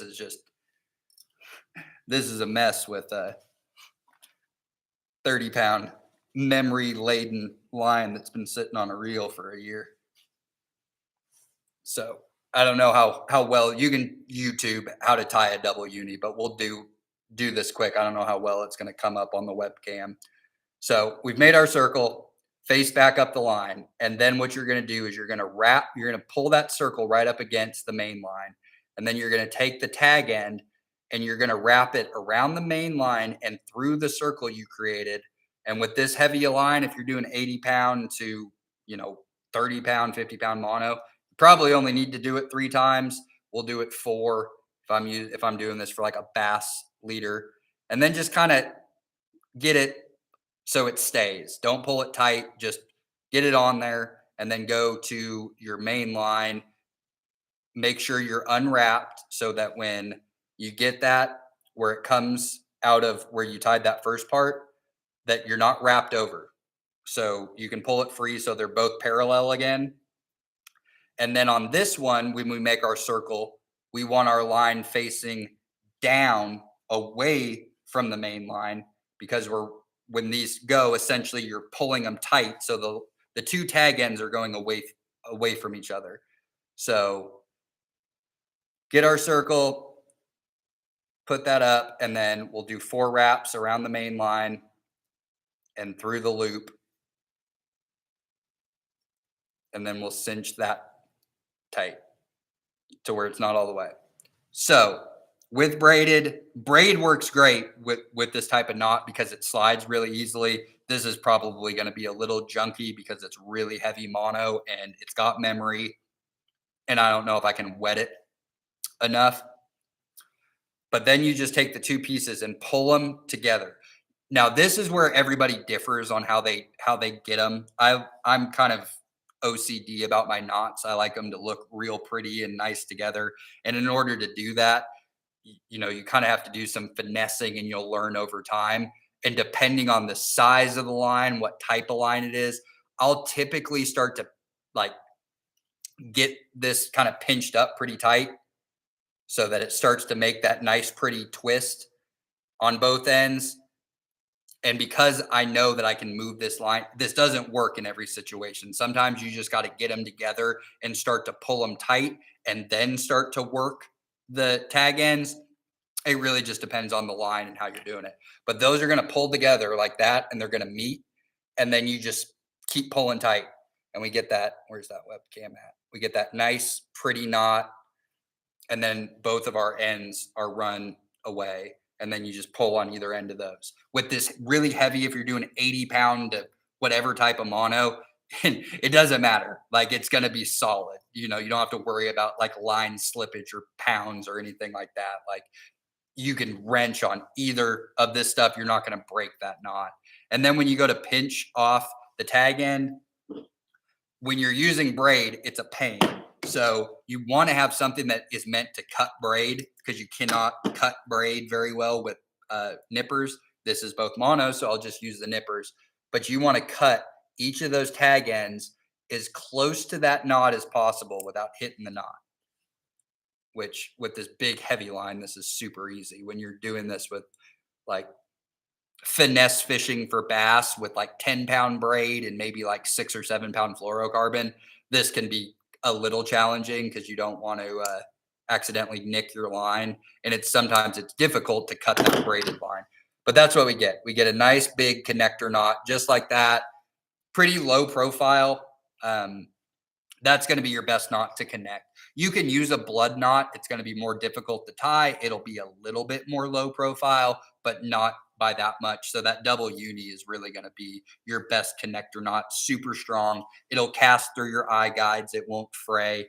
And it also keeps your leader line, your main line, nice and straight. There's no weird kinks or anything in it, but that's how you would do it. And you can do that with the braided line. But again, what happens with braided line if you're using a cheaper reel, even if you have that leader line on there and that fish, you have the potential, for a snag. Because I assume the only reason you really wanted to put a leader onto the braid is if you snag something that is not a fish, because you want to be able to ideally pop the weight off. Like, this is the only knot that we have. What we tied this on with, this isn't technically a knot. It's just a way to secure the line to the hook. And there's so much in there, you're not going to break it anywhere in here. You might pop the line, depending on if there's any nicks or frays. There might be enough tension that you could break the line anywhere between the eye guide and the tip of your rod. If there's any weaknesses, it might snap. But more than likely, anytime you get snagged, even if it's with the hook point, you're going to be able to pull that hook through whatever's there, because it's, not barbed. You're going to break your knot down here and then it'll come back. So that would be why you would tie on a leader line to braid as opposed to just braid straight through the main line, is if you snag something other than a fish. But if you do snag a fish and you happen to be in one of those scenarios where you've hit a large fish, you're in real thick current, you have your braided line on there, you have your nice rod.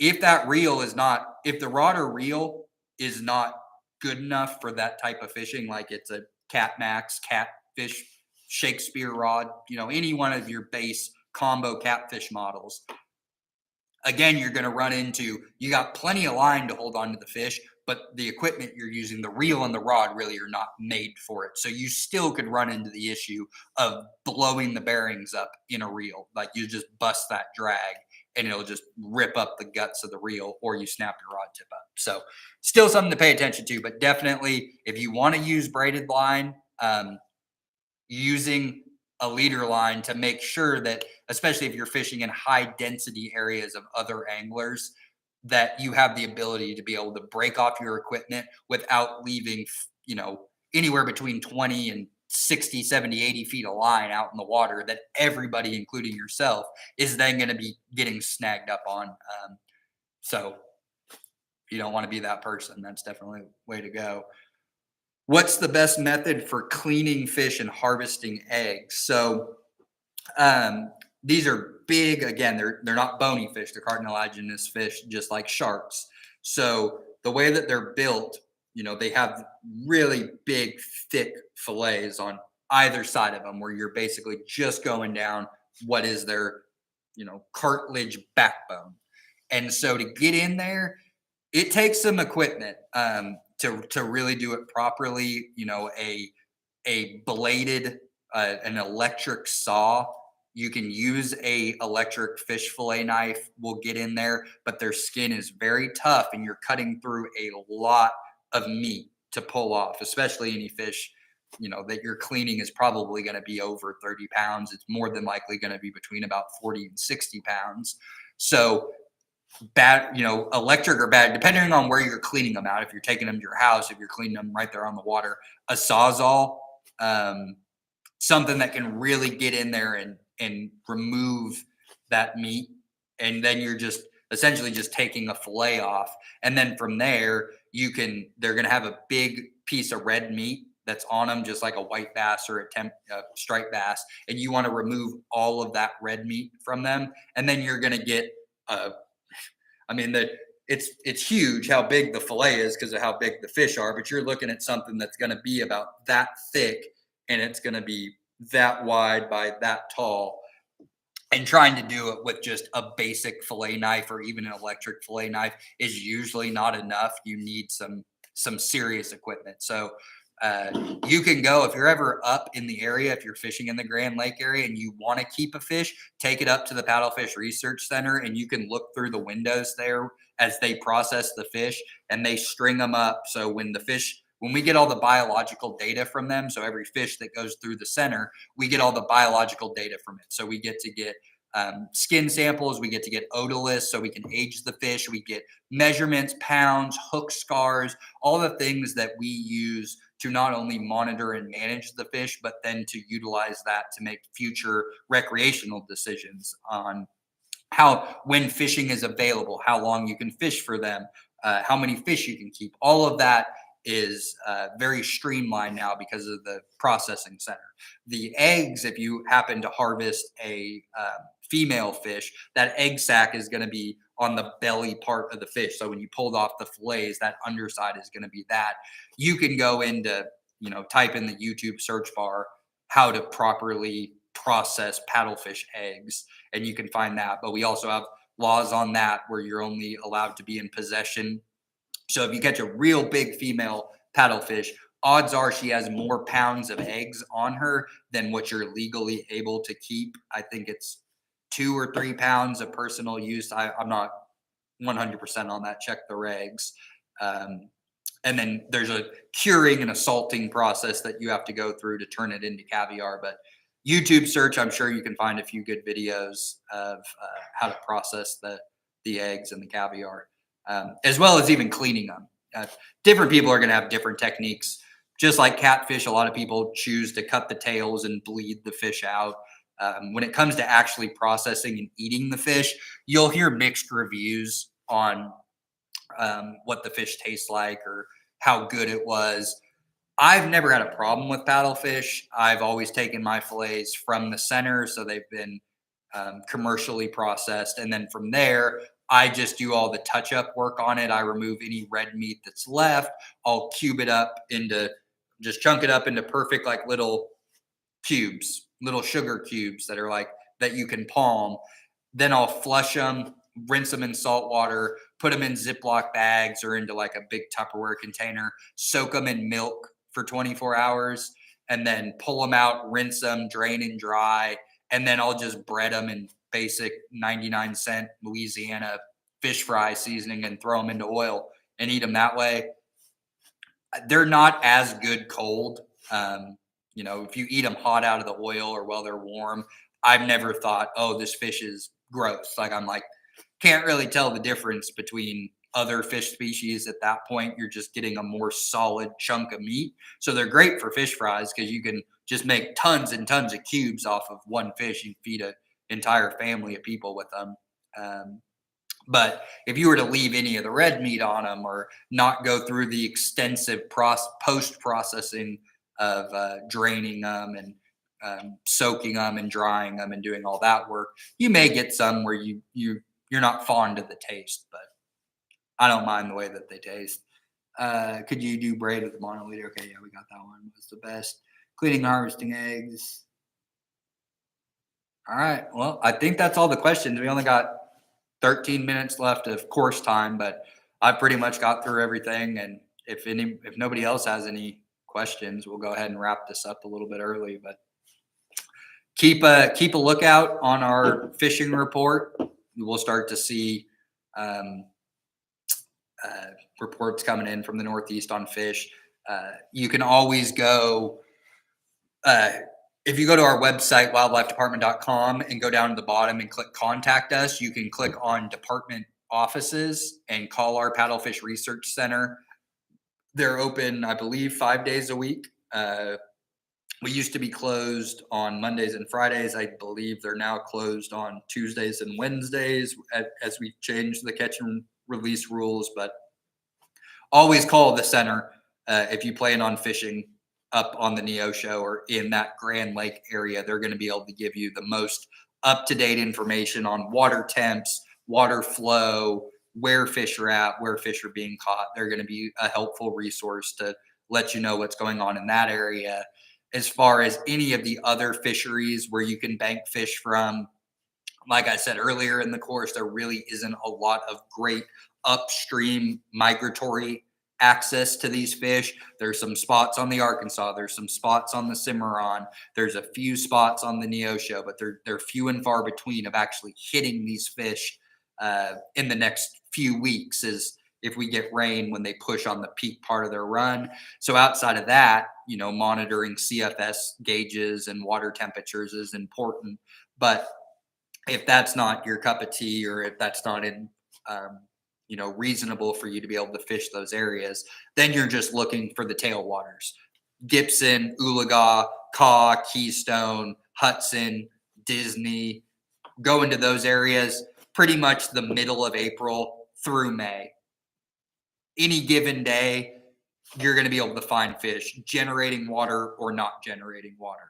If they're not generating water, those fish are just going to suck into the deepest part of that hole, and they're probably going to hunker up somewhere near the bottom. If they're running water, the fish are going to be more actively moving, which makes them easier to hit as you're filtering water. There's just better chance that a fish ends up in front of your hook as you're swinging it through. But you kind of get a good 6-week window, basically from the middle of April through the end of May, at any of our major tailwaters that have those paddlefish on the Arkansas and the Neosho system. That's really what you're looking for. But if you want to get in on the migratory run when they stack up, and you can have those days, especially in Miami Park, I mean, you can have days where you are hitting fish every cast, or every 2, 3, 4 casts, you are hitting fish. And that can make for some really exceptional fishing conditions that really only happen in a 2, 3, 4 day window once a year. So you want to stay on top of those. Watch the rain up north, watch the rain in Kansas, follow the CFS, call the Paddlefish Research Center. If you're not familiar with reading the USGS stream gauges, and just ask them, because that window to catch that type of run of these fish is, it's minuscule. We get it and when we're lucky, we see it that maybe it happens twice a year. You get an early run of fish in March, and then you get another big run of fish in April, because all fish are different. Some fish will spawn on the lower ends of flow and temperature. Other fish like to spawn on the higher ends of flow and water temperature. So best case scenario at Miami Park, there's 10 outstanding days of fishing a year, and that's it. And you have to be there when it's happening. Otherwise, 6 weeks of tailwater fishing right below the dams, mid-April through May, you'll be able to find fish. And then that can last, depending on flooding and flow, could last all summer, could start a little earlier, could last a little bit longer, but there's always almost a guarantee middle April to the mid to end of May, those tailwaters are going to have fish in them. What is tomorrow's course? So tomorrow is bank fishing for white bass. Like the paddlefish, we've had a mild winter. White bass, they're right there right now. We are right on the cusp of seeing a big breakout of white bass runs happening statewide because of our mild winter. So that'd be a good one. We'll go over a lot of public access on that. Will this video be posted? Yeah. So any of our Asking Anglers, if you've registered for them and you can't make them, all these end up on our Outdoor Oklahoma channel in our Ask an Angler playlist. So any course that we've ever done, you'll be able to watch it after these are over with. Go back. The chat bars will still be there, so you can see questions or comments that are put on that. And then they're also available on our website on our fishing resources page. But our Outdoor Oklahoma channel, these videos are always, the second after this stream ends, they are then posted publicly in that playlist. So with that, I think we've run through everything. We're about 7 minutes early, so we'll go ahead and end this stream. Thank you, everybody, for being here. Can't say it enough. We can't do these without you. We are a non-appropriated state agency. We are funded completely through the sale of hunting and fishing licenses, and being able to use that for 75% match with federal grant funds that also are because of you guys who go and buy hunting and fishing equipment, boat fuel, ammo. All of the excise taxes from that get thrown into a big federal pot and are redistributed back to state fish and wildlife agencies based on their land size and on the number of hunting and fishing licenses that they have per their population. So in Oklahoma, we have a very great deal going so far. 1 in 3 people in Oklahoma hunt and or fish. So we cannot do this without you. We get no state taxes. We are only funded if people are interested in hunting and fishing. So these courses and our angler guides that we put up, they're all designed to help you guys with whatever it may be. So if you ever have questions, comments, you have my information from the email. If you don't, if you just saw that we were doing a live course, you go to wildlifedepartment.com, go to our fishing resources page. My contact information is down at the bottom. If you don't go there, you can go to the contact us. My name is Skylar St. Ives. My cell phone's on there, text, call, my email, try to get back to you. If I don't have an answer for you, I will put you to the person or point you in the direction of what you're looking for. But we want you guys to catch fish. We want you to enjoy the outdoors. We want to preserve this heritage as Oklahoma continues to develop urban environments, as land continues to get bought and repurposed.